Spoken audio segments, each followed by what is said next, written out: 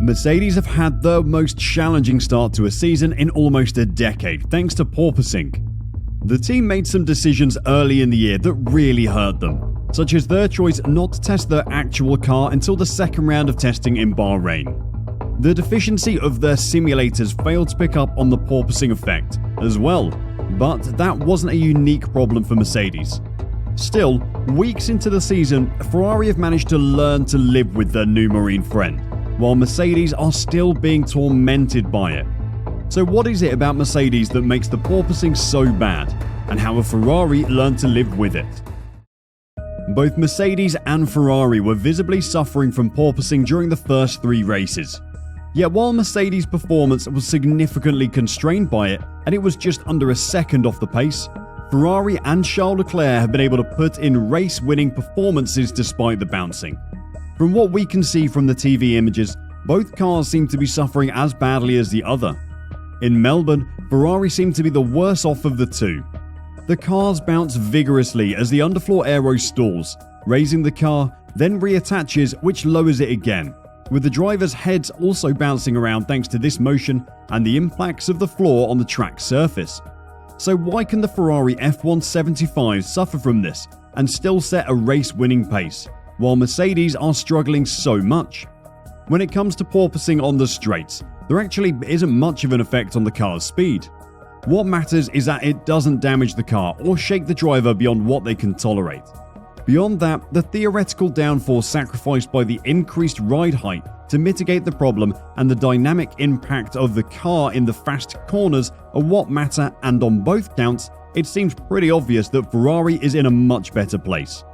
As Mercedes team principal Toto Wolff explains, the W13 is carrying the problem into corners such as the high-speed turn 9 left-hander in Melbourne that follows the long back straight, where the porpoising was at its worst.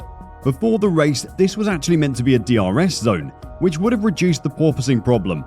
While the DRS is active, the car's rear wing surface area is significantly reduced, so the cars create less drag and downforce.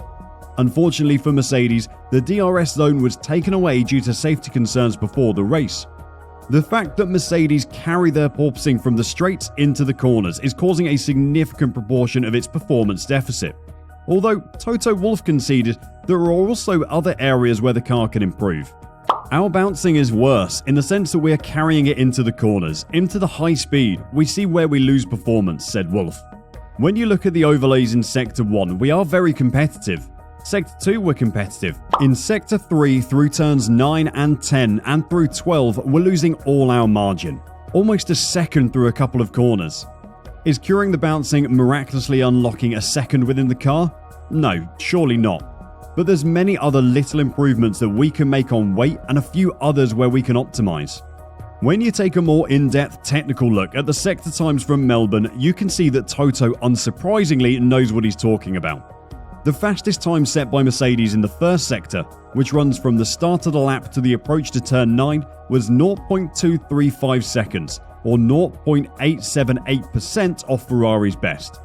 It's that percentage bit that's the important bit, so remember it. In the middle sector, that deficit wasn't far off doubling in relative terms, 0.263 seconds, or 1.48% off in a sector. That's almost 10 seconds shorter. In the 33-second final sector, running from the approach to turn 9 to the end of the lap, the deficit was 0.468 seconds, or 1.403%. There was a clear difference in the straight line speed of the cars, which was compounded by the Mercedes drivers having to take a more cautious approach in turn 9 to avoid taking their porpoising with them. While the Ferrari was quicker almost everywhere around the lap, it was the turn 9 where the difference was most pronounced. The biggest thing for me at the moment is still the bouncing, said Russell of the problems Mercedes is battling. I've been trying all sorts of things to be on the limit of the bouncing, and then it's costing me a lot of speed through the high-speed corners. That's where I lose all my lap time. I don't have the confidence to attack with the bouncing. It's such a unique feeling from within the car.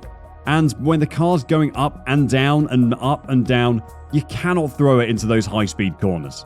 Lewis Hamilton was frustrated by the fact Mercedes is suffering so much from the porpoising, while Ferrari has been able to take the lead in both championships. After winning 6 world championships in the past 8 years, In part thanks to the incredible Mercedes car, Hamilton has been well off the pace this year and will be feeling the deficit more than others. I don't understand it, and I don't think anyone does, says Hamilton when asked why Mercedes have struggled so much where Ferrari has thrived. I wish ours was the same, but it's not. Hamilton also said that the car feels reasonable in certain parts of the lap, despite the performance deficit, but pointed to the porpoising as the biggest problem. In some places, it doesn't feel terrible. It's just not as fast as the others, said Hamilton. Where you're really unhappy is in the porpoising. That's really the worst characteristic I've experienced in a car, and we can't get rid of it at the moment. The problem Mercedes is battling is a complex one, and the solution is unlikely to be straightforward. In this case, the symptoms are easy to diagnose, but the cause and therefore the remedy less so. To understand this, consider what causes porpoising. It's downforce. However, because downforce is also important in producing a faster car, teams must strike a balance between the two.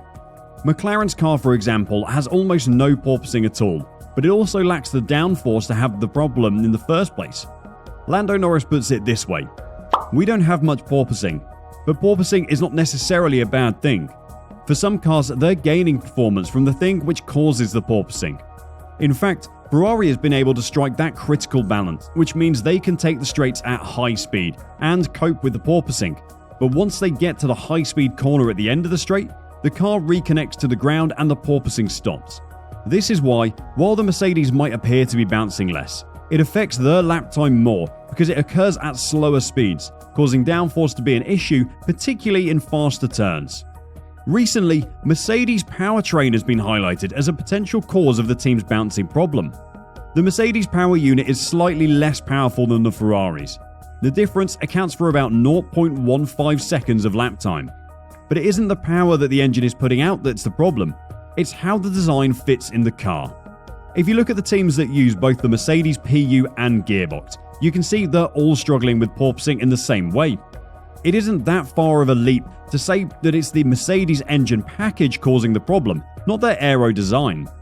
Mercedes, Aston Martin and Williams are all struggling at the moment, and they all use the same power unit and gearbox.